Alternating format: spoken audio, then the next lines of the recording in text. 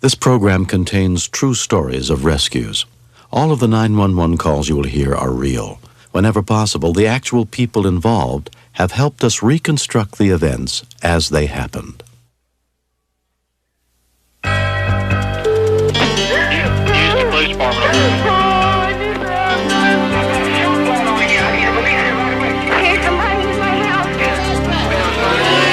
This is 911. Do you have an emergency?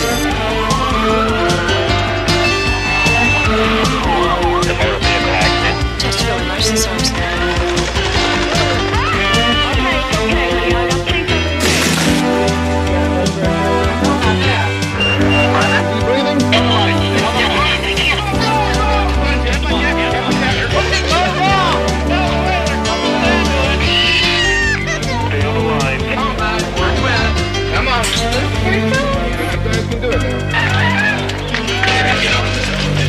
They're in good hands here.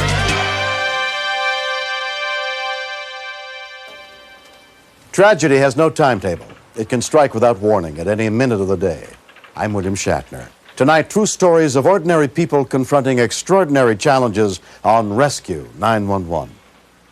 We begin on the afternoon of February 14th, 1991 in Mount Shasta, California. 14-year-old Shanti Spahn and her close friend Chrissy had decided to cut school to go hiking in Box Canyon, a scenic but rugged area nearby.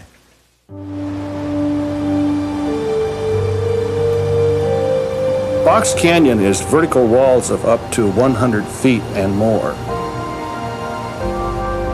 It's a very dangerous place. Me and Chrissy left school and found this trail and decided that we'd try to get to the bottom. There was a nice little river. We could just go sit there and just talk. Chrissy, I don't know if I want to do this. Come on. We kept walking and it seemed like a long time. And we didn't have any problems until we got to this area where there was just really big rocks and there was nowhere else to go.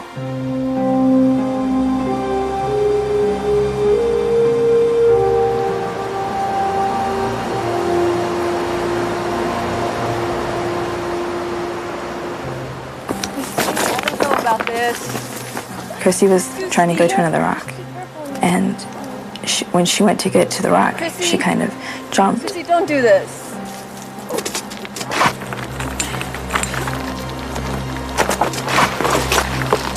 Chrissy! Don't do it! Chrissy! No!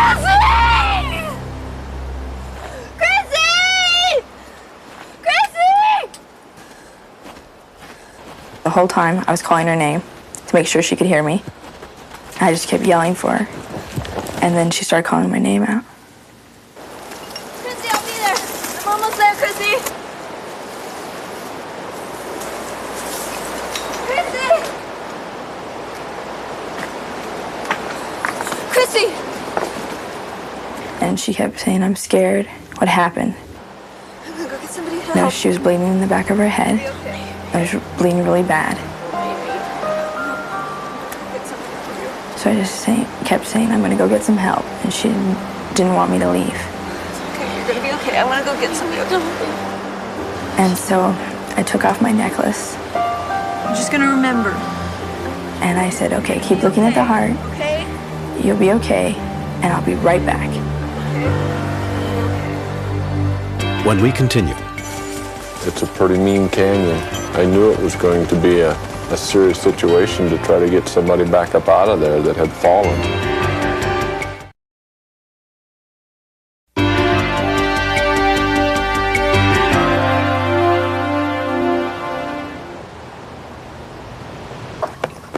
Hey, guys!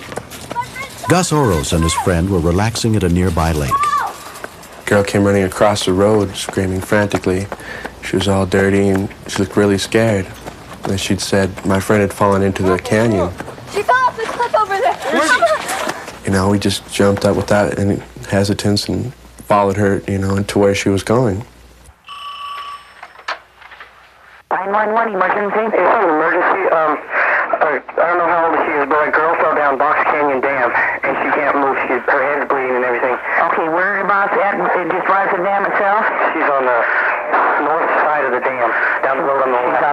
side of the dam. Shanti stayed at the top of the canyon to show the rescuers where Chrissy had fallen. There was like silence there for maybe about 5 minutes. It felt like a really long time. You know, just like a lonely feeling. It's like being the only two people on the earth. Anyone? Relay 2-3, I'll need a vertical rescue team to respond to Box Canyon Dam. We have a woman... Phil Sousa, an 18-year member of the Mount Shasta Volunteer Fire Department, was at work when word of the accident came over his pager.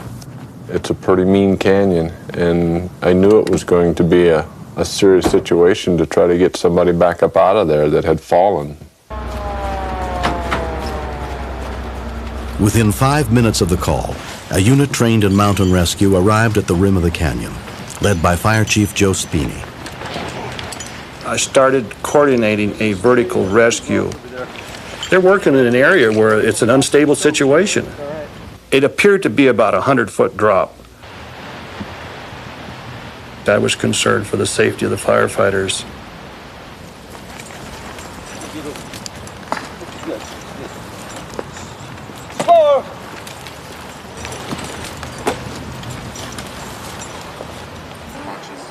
At the scene, paramedic Angelo Banos examined Chrissy. I was concerned that she might have a spinal injury also, and the wrong move at any time could sever the spinal cord and cause paralysis. Chrissy? I'd requested a helicopter be dispatched to give us another option. One of my volunteers, Warren Brooks, came up and approached me and said, "Joe, we think that's Phil's daughter." If it was his daughter, it was going to be a traumatic situation. I went to the fire chief to find out what he wanted me to do. That's when the chief hollered at me to where was I going and to wait a minute, and that's when he came up. And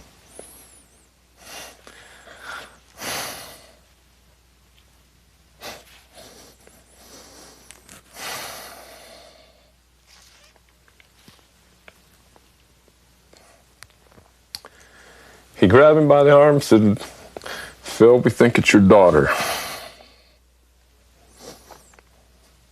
Phil has been in the fire department for a long time, but when it involves one of your own children, it's a different situation. To all of a sudden have him tell you that we think it's your kid in one of the worst situations that you've witnessed in the 18 years that I've been in the department. It's a real scary situation. Hang on, all right, listen. And I told him, I said, "Joe,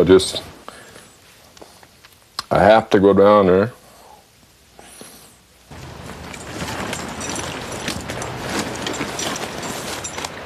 Concerned that his wife Jan was at home listening to the police scanner, Phil sent a friend to tell her what had happened. What's happening? Sit down. And when he said, sit down, this call you're listening to, we think it's Chrissy in the canyon. Part of me kept saying, no, it can't be, she's at school. It's like I denied that it really was her, I think.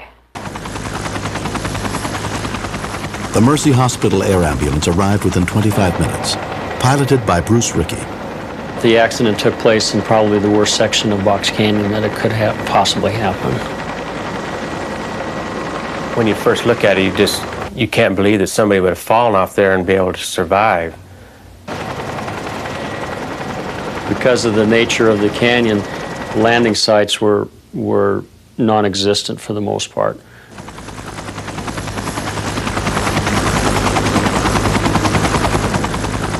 It's amazing that your mind sort of goes into fast forward and you're thinking 1,000 things all at once.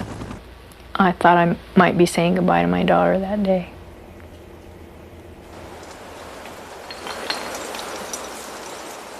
Once we got down into the bottom of the canyon and actually see her, we made eye contact. Well, she just immediately started crying. She was saying, "Dad, I'm sorry."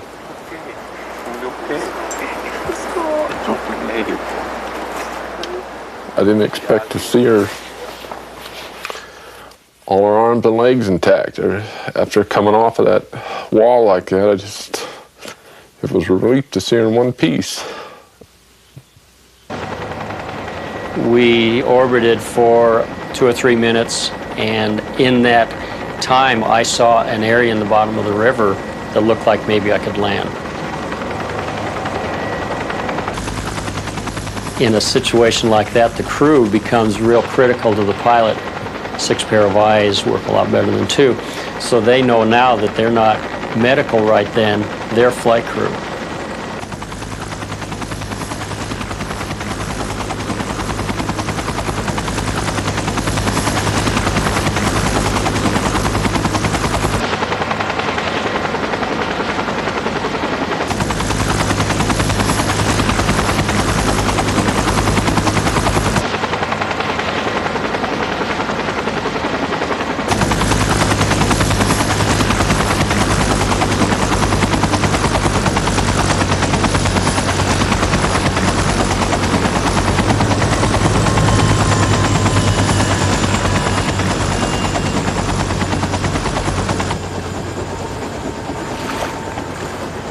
When you take 6 or 7 people trying to carry an individual in a Stokes like that, if you haven't experienced it, it's a rough chore.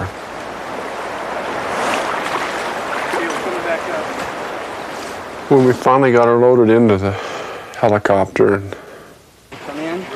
it was just a real relief to me at that time, figuring that I did the best job I could do. Now she's in somebody else's hands.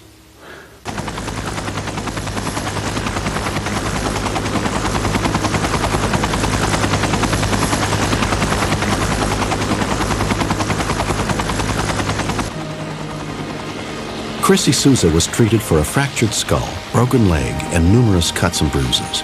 But miraculously, there was no spinal injury. 5 months later, she has completely recovered. After that fall and everything, I never thought that I would come out of it. Yeah. What part are you going to? I guess I figured maybe I'd be in a wheelchair or somehow severely damaged. Just at the moment of falling, you don't think about even surviving it, I guess. The heart. I thought it changed our friendship at first, but we had like this bond type thing where, I mean, everyone knew and you could just like see, kind of tell that we had shared something that you just can't forget. I feel reassured that the world is a pretty special place, that people really are basically very wonderful to you in your time of need. I'm real glad that my dad went down there. It's got to be real difficult for him. And I'm sorry that he had to go through that, but I'm real glad that he helped me out, you know. But a situation like this really makes you feel how precious life is, and how much more time you'd like to spend with them. Because it could have been a real disaster.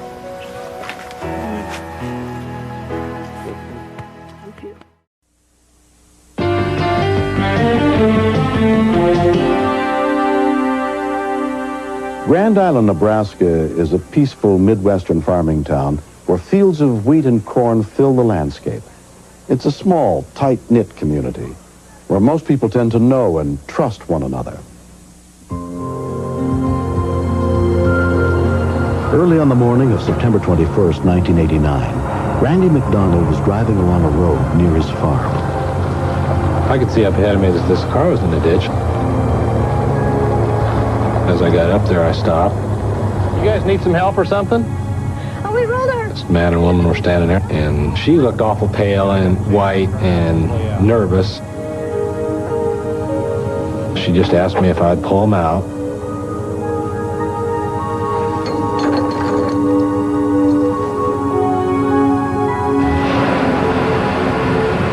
She did the driving out. She did all the talking. He never said anything to me the whole time he was there. He never said thanks or anything, you know. He just kind of was a spectator, more or less.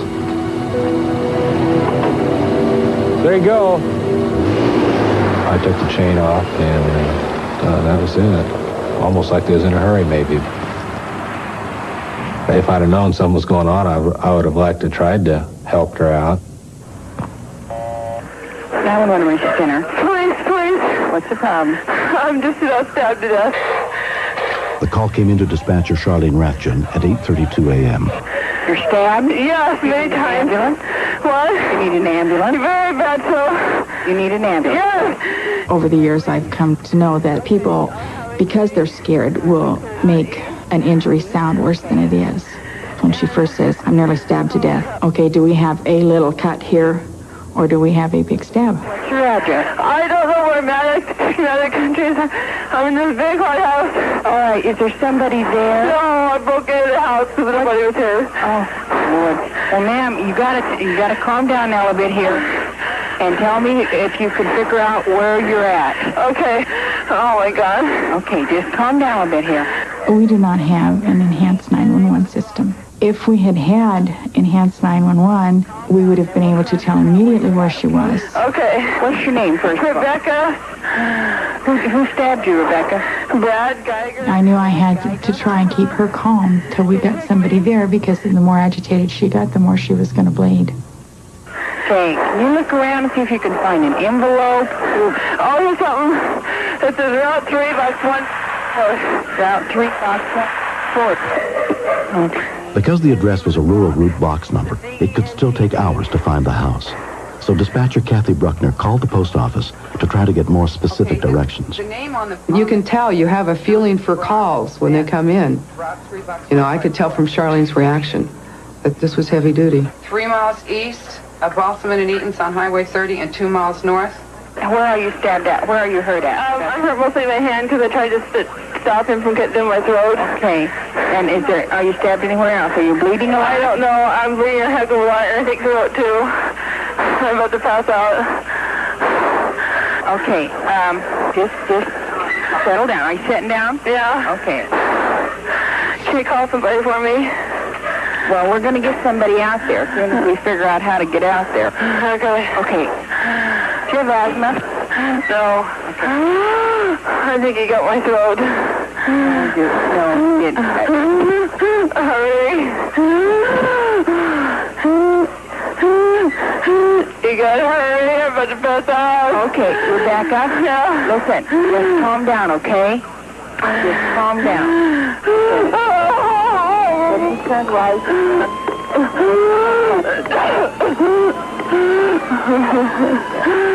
Oh, hurry, please. My worst fear was that I wasn't going to be able to figure out where she was, and that I wasn't going to get anybody out there in time to her, because there was a feeling that as the call progressed, I thought she was going to die before they got there. How long have you been out there, Rebecca? It happened at 20 till 8. 20 till 8? Uh-huh. After he did this, you just got out of the car and ran? Yeah.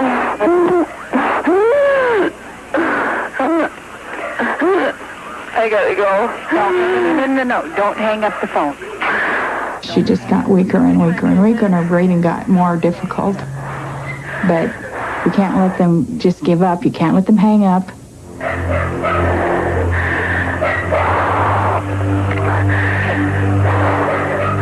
When we continue.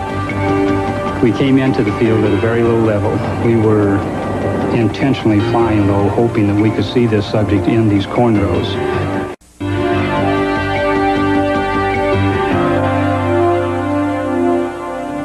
After being repeatedly stabbed in a violent attack, the 20-year-old victim, Rebecca, had managed to make her way to an empty farmhouse and call for help. But without the aid of an enhanced 911 system, dispatchers were afraid they would not be able to locate the isolated house before Rebecca bled to death. I'm afraid he's gonna come back. All right, you just stay calm, okay? I broke in the window, and he'll see the broken window, and I know where I'm at.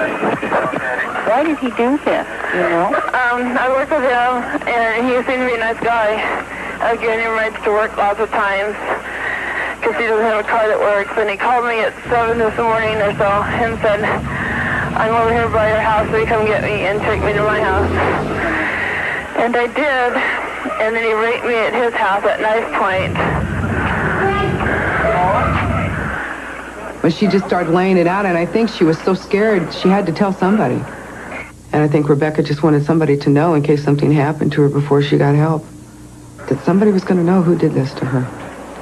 And then he took me, he said he was going to run away, hitchhike to Omaha, and then his bag was out here on the road somewhere, and if I could just take him there and leave, that he'd be all right. Then I was driving too fast. I was driving about 55 on the gravel road, and the gravel was real thick, and I lost control of the car, and it rolled a couple of times, and it did. He got out of the car, and then he pulled out his knife after it rolled on the side of the car. This car's on its side.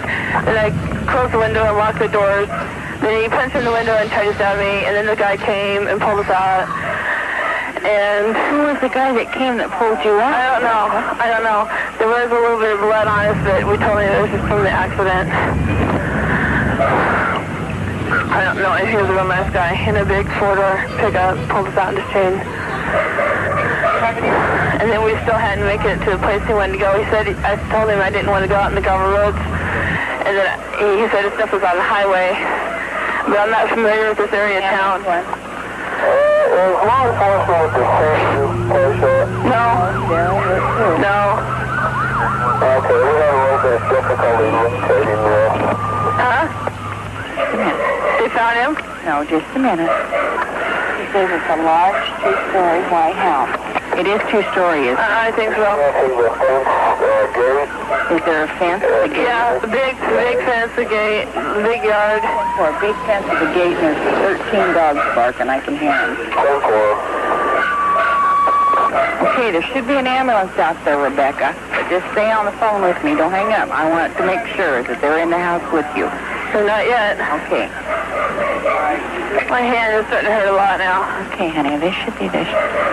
Once she knew there was somebody coming, well, then that's when she settled down, and the longer she talked, the less labored her breathing got. Wait, I hear somebody.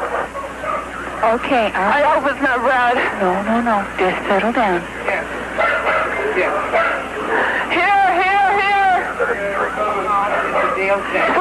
Somebody's here. Okay, all right, just calm down. Oh, it's not Brad. They're here. Okay, honey. You sure be tell about the rape business, okay? You tell them that, all right, Rebecca? When you know they're there, it's always a big relief, because then I don't have to be calm anymore. And if I want to feel bad about it, I can. Paramedic Jim Bedoric and his partner treated Rebecca at the scene. She was very frightened, and rightfully so. She was pretty much covered with blood from head to toe. Can you breathe all right? Okay, everything. It was apparent from the wounds that she had on her hands that she was fending off blows and fighting to protect herself. She was fighting for her life. Rebecca? This really made a big impact on me. Rape is a violent crime. It's not a sexual crime. And, you know, the graphic illustration of it's what really made the impact on me. The young woman was later questioned by Grand Island Police Detective Rick Ressel. After the sexual assault, he wanted Rebecca to drive him to a location where he had placed some of his belongings. At least that's what he said.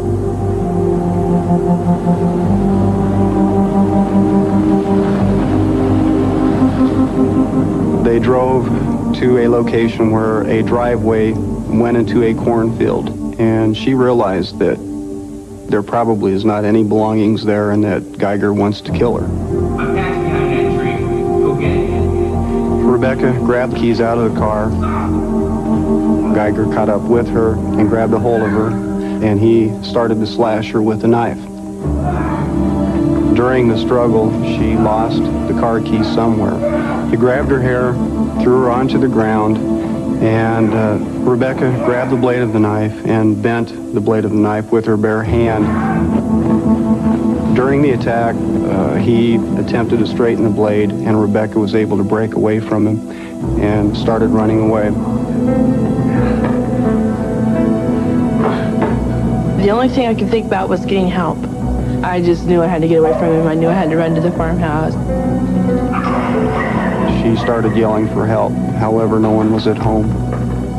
The doors were locked, So she breaks out a window and manages to get into the house.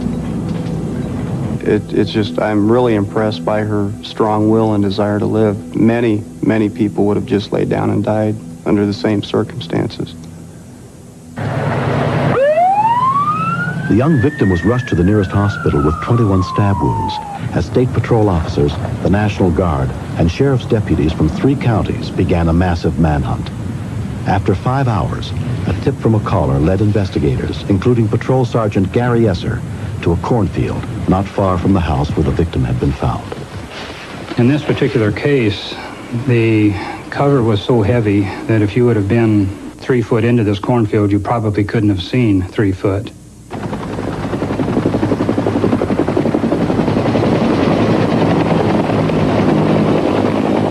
We came into the field at a very low level. We were intentionally flying low, hoping that we could see this subject in these corn rows.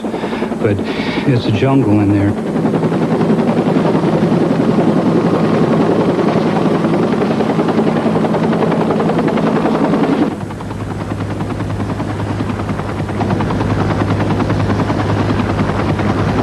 At one point, I could see the prop wash lifting the corn leaves and so forth. They were actually suspended in the air. And under this, I could see this subject lying in one of the rows. I was yelling at people with my portable radio that he was directly under us. The officers on the ground then started moving him. After 6 hours of searching, the manhunt was finally over.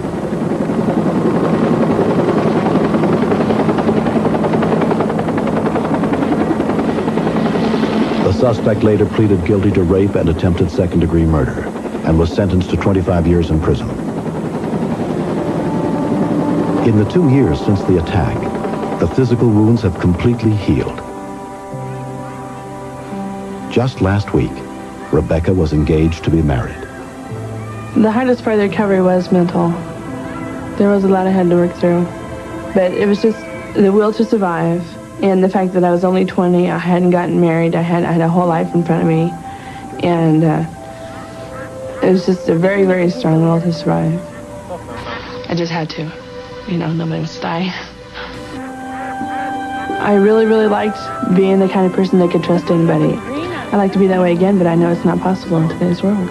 That incident taught me to be very cautious. You just can't trust everybody you think you want to. Recently, Rebecca got a chance to meet the 911 dispatchers who helped save her life. Hi, Charlene. Hi, I'm Rebecca. Hi, Rebecca Smith. I wanted to meet you for so long. It was wonderful meeting Charlene and Kathy. I wanted to meet them for a long time. They're just sweet as I ever thought they were. This is Kathy. Most of the time, people forget about us entirely. So it was quite a treat to get to meet somebody that we helped.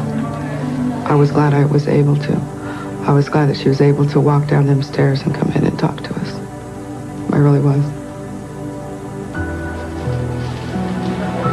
I'm glad. I told myself I wasn't either. Seeing her today made me go back to that day and just know that it could have been a whole lot worse. It could have turned out just horribly. And just to think, looking at her today, thinking, well, hey, this all turned out okay. You know, she's okay. And that's the most important thing, that she's okay. She was my lifeline. She wasn't even there for me to hug or anything. She just saved my life.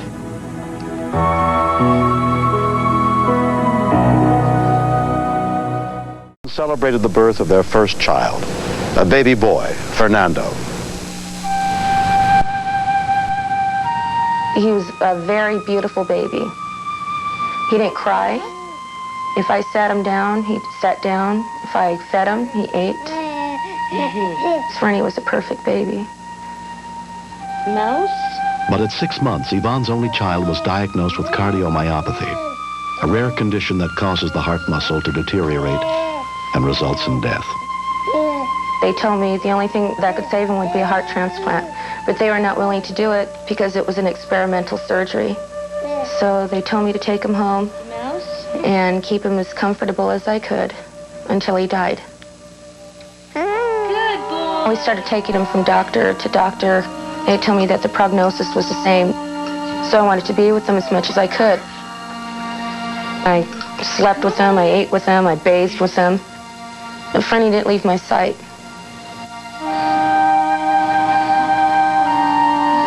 I wasn't going to give up because I felt I brought him into this life, and if I made him wrong, I was going to make sure that I was going to make him right again.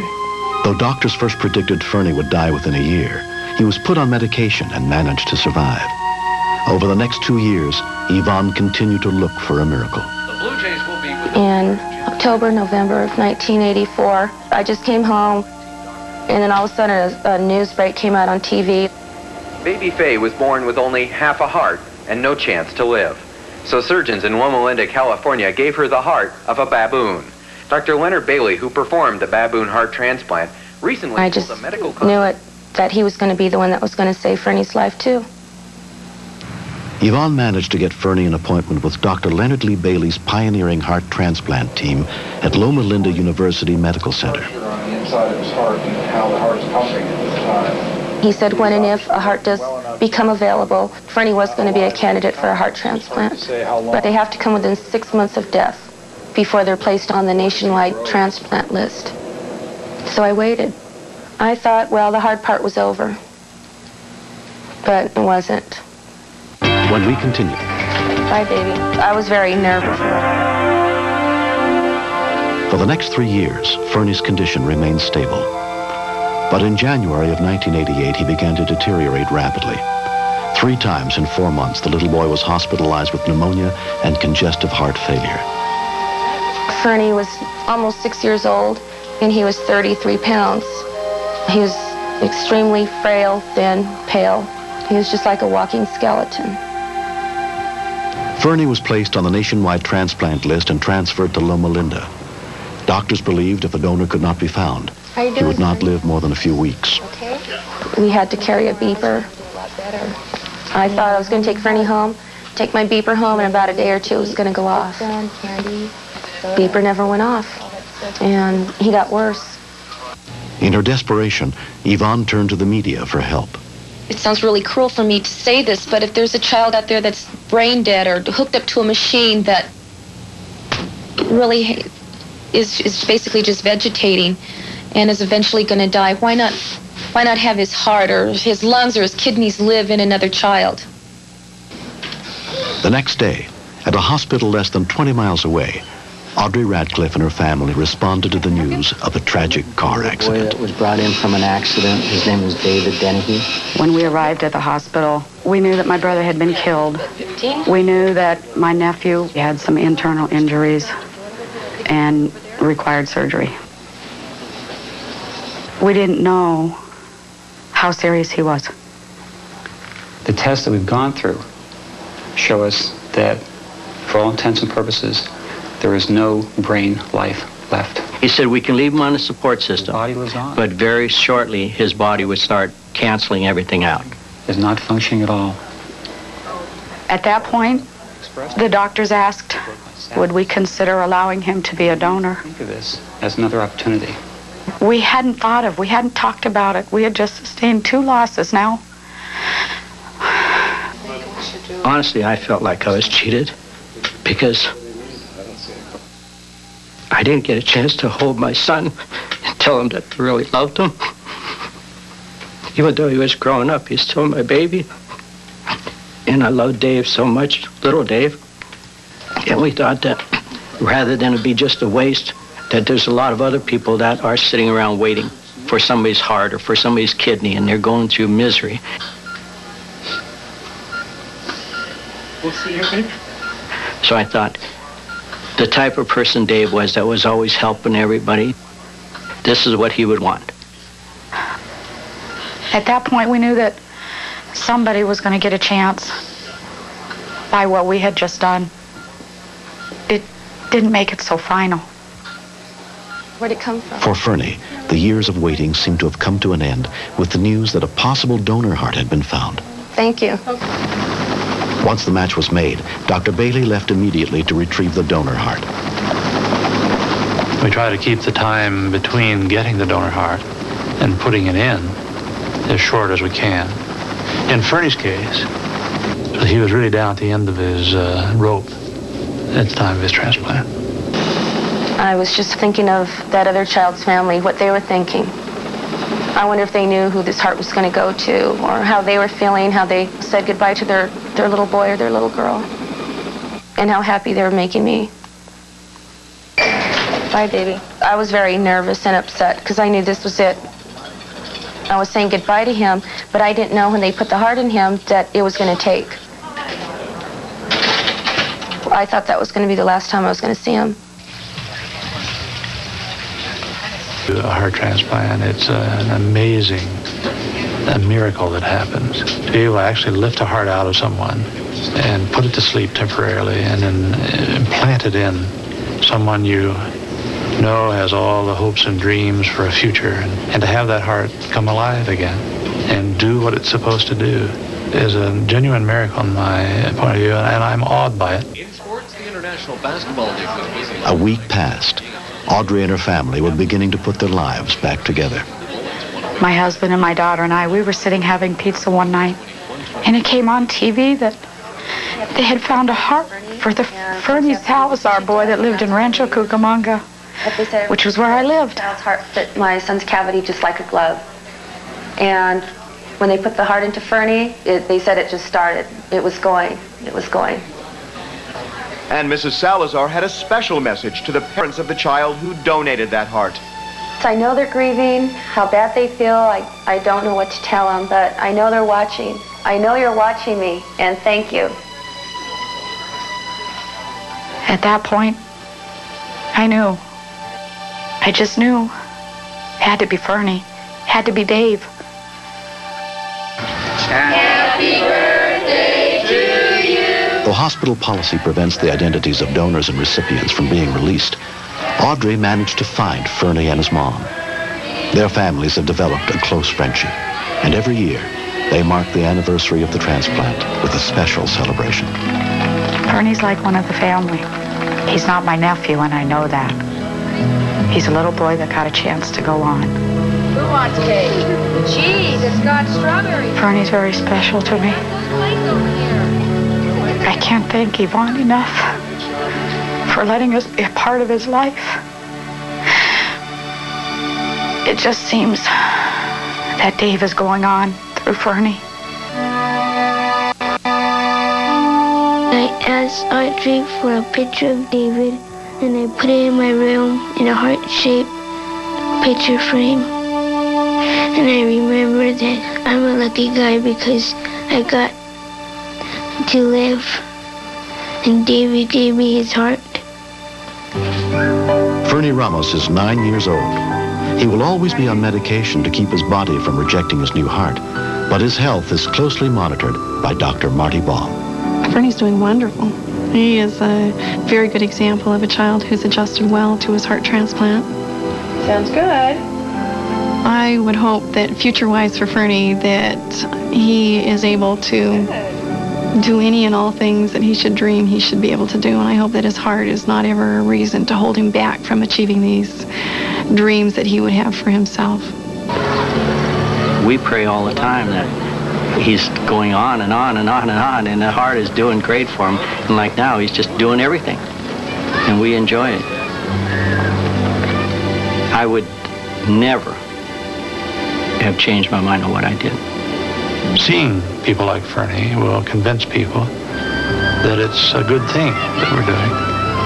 Even though you or your child or your loved one can't go on in this life, that because of them, someone else can.